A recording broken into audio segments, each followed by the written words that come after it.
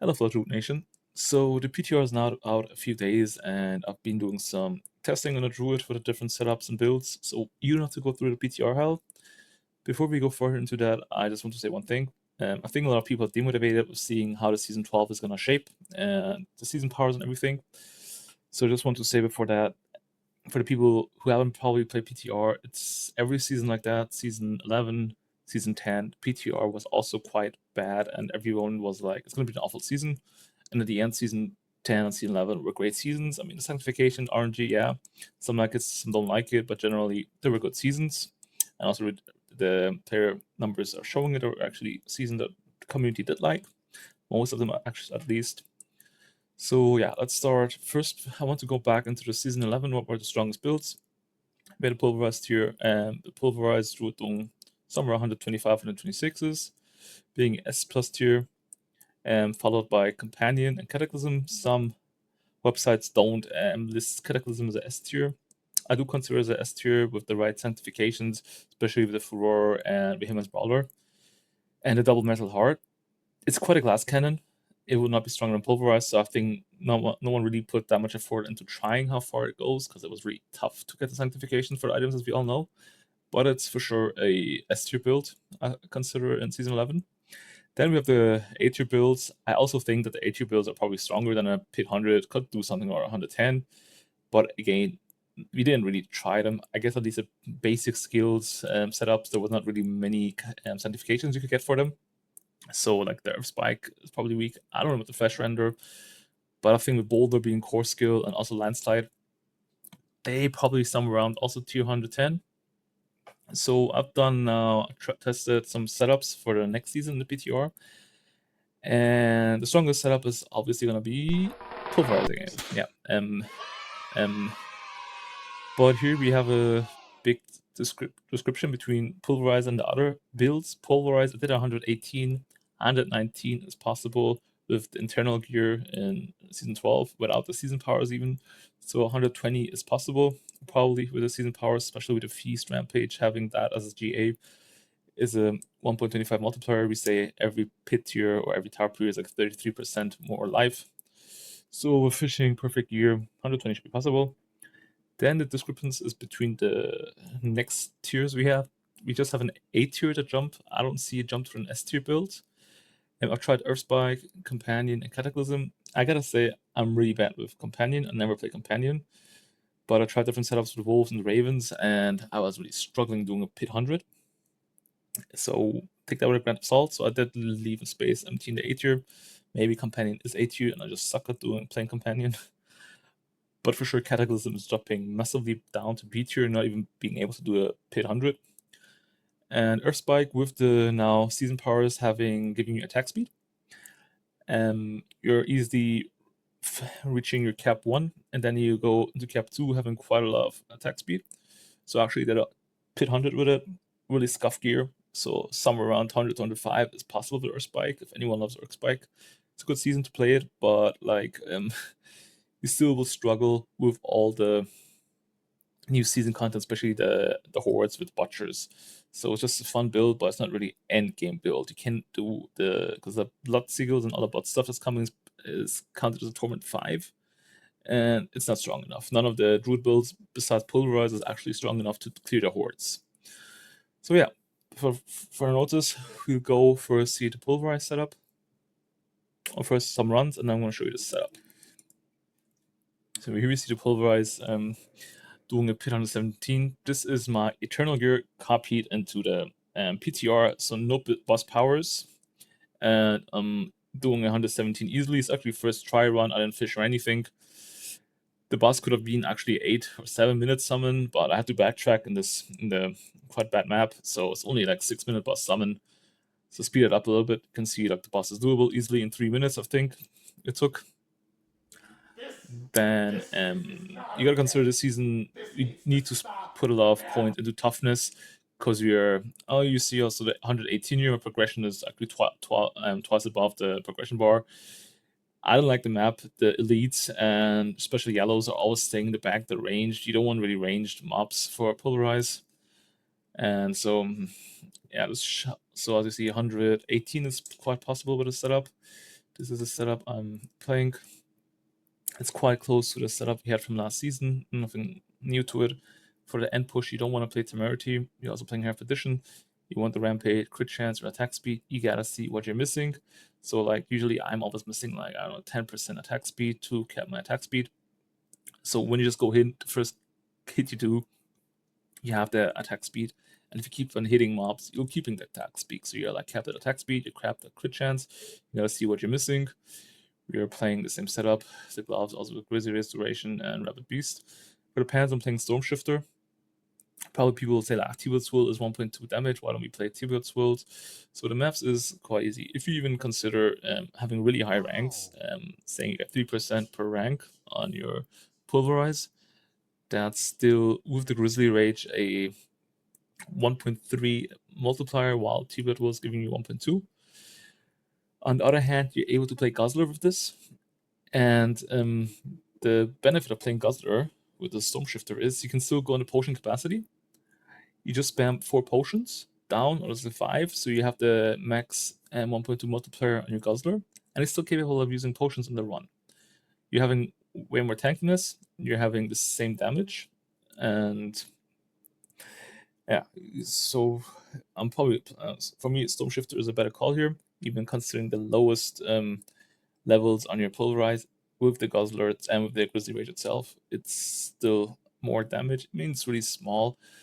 You really don't need the crit chance and attack speed for the season power from T-Wield World, so this is the go-to for me this season.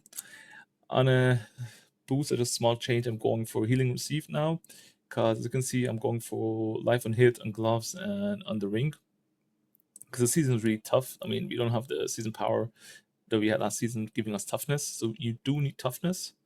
So I'm going Life on Hit on gloves and rings. We gotta see if there's some changes to the final version, because we know we have the Rampage with Life on Hit. At the moment, it's only 4 life per hit, which is not really much. So we gotta see if there's any changes. We can switch this anytime. But for the pit push or tar push, you don't really need movement speed. So I'm going here with the, especially with your mercenary Mariana, you do get movement speed cap at every 30 seconds or something, whatever. So between packs, you can always run. But in the tower pit, at least in the tower push, you want a big map, big mobs pulling, and you don't want to run from mob to mob. You're not doing that pit anywhere as a druid if you need to run from mob to mob. You need to pull them, they need to come with you, so you don't need attack speed.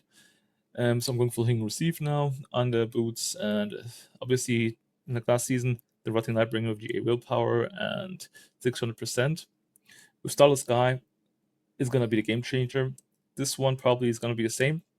If you're capped at the highest tier, the person with the GA Willpower, GA Berserk Feast, and 600 is going to get 1 tier higher, because at the end, every tier we say is 33% more health. You're getting a 1.25 multiplier at least with the feast, so a little min-maxing. Good runs, you could probably do 1 tier higher at least with this itself. The rest is staying all the same, no big changes here. As I said, only life and hit is going to be the change for me. Skill tree, so we're going more defensive now. In this setup, I don't have the Savagery Hurricane. Probably want to give up Backlash and go for the Savagery Hurricane. We gotta see how tough the season, like how much toughness we're gonna get from the season with the new powers maybe being buffed. But yeah, I usually prefer still going Iron Fur and Heightened Senses rather than Hurricane, because Hurricane doesn't help you if there's a. I usually die to mobs who are in the distance who are hitting me while I'm hitting something. So I usually like to have damage reduction while I'm Bear than rather having a Cyclone armor itself, Hurricane itself. So yeah, we gotta see. The Paragon board is gonna stay the same. It's gonna be Dominate. Let's say I'm gonna play Guzzler with Earth and Devastation. I'm gonna play Keeper and Survival Instinct. I'm gonna play Spirit and Heightened Malice, and Earth and Sky and Sinister Trindles. Mercenaries, depending if you wanna do the tower, you probably want to play Subo. If you don't pit, you want to play right here.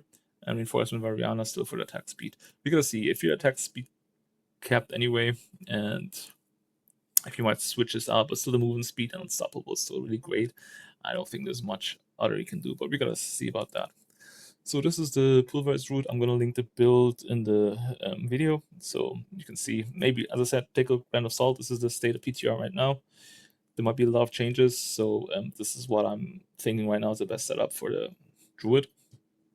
Next, I'm just going to show you the other setup builds I tried to play. I mean, not the setup, just builds, how they felt on the runs. Yo, that's it for the Pulverize. So next one we have the Companion Druid. I tried the Wolf and the Raven, and you can see I'm really not doing a pit 100.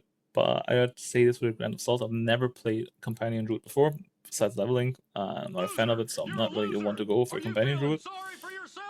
But I think it's not really big rocket science to do the setup. So not being able to do 100 just... But I said, don't take me on Companion Druid. I've never played it. I know like my cooldown on Raven was too low here, but still the damage numbers just don't look to be good enough for it being anywhere near above a pit 100 or at least near to 110. Then we have the Airspike Druid. For this one, I'm going to put the volume up because we all love the machine gun sound, I guess. It's a bit loud, so yeah. It's really fun setup, so you see I'm doing a pit 100 with it. And I'm playing temerities on the setup because it's, yeah, like, this toughness is good enough. As I said, the setup, my build for the Earth Spike was really bad, so you could really improve this. And here the boss. The boss takes a little bit of time, but it's doable. So you see, like, you need probably 2-3 minutes for the boss, and since with temerity, you could easily do it. And the last one is Cataclysm. So, but I'm not sure about like playing the best Raven or Companion, but I'm pretty sure about Cataclysm. I'm actually been doing the max snapshots with doing Hurricane before, not getting hit, obviously, while doing the Hurricane, because that eats your snapshot. Getting the ranks through Shapeshifter, and then snapshot in Cataclysm, and you see I can't do a pit 100,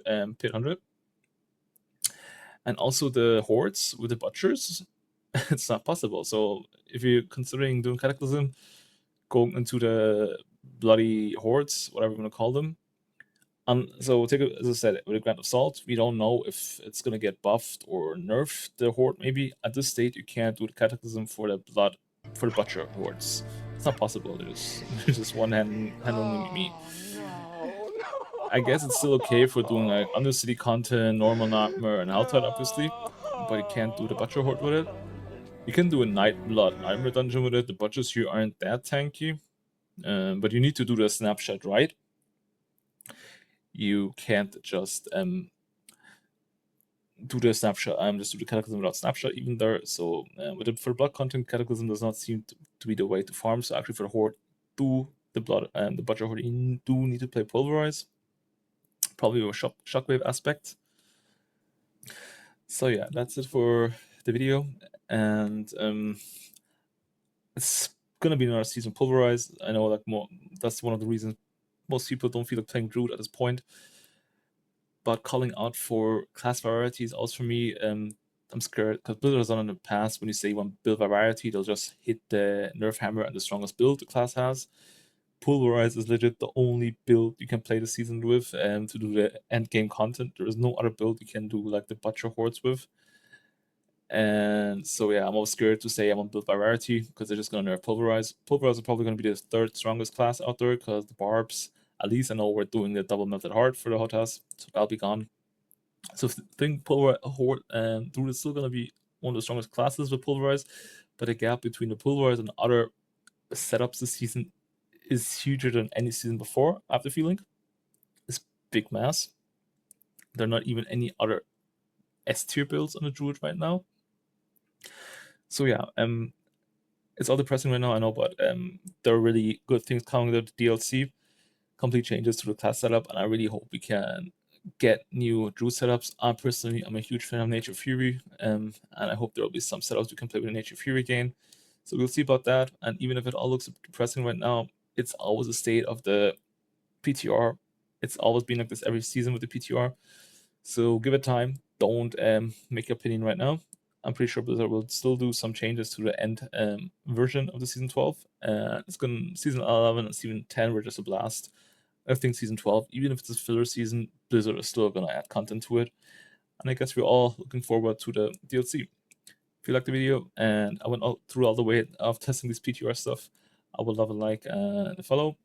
Have a great blast and see you in Season 12.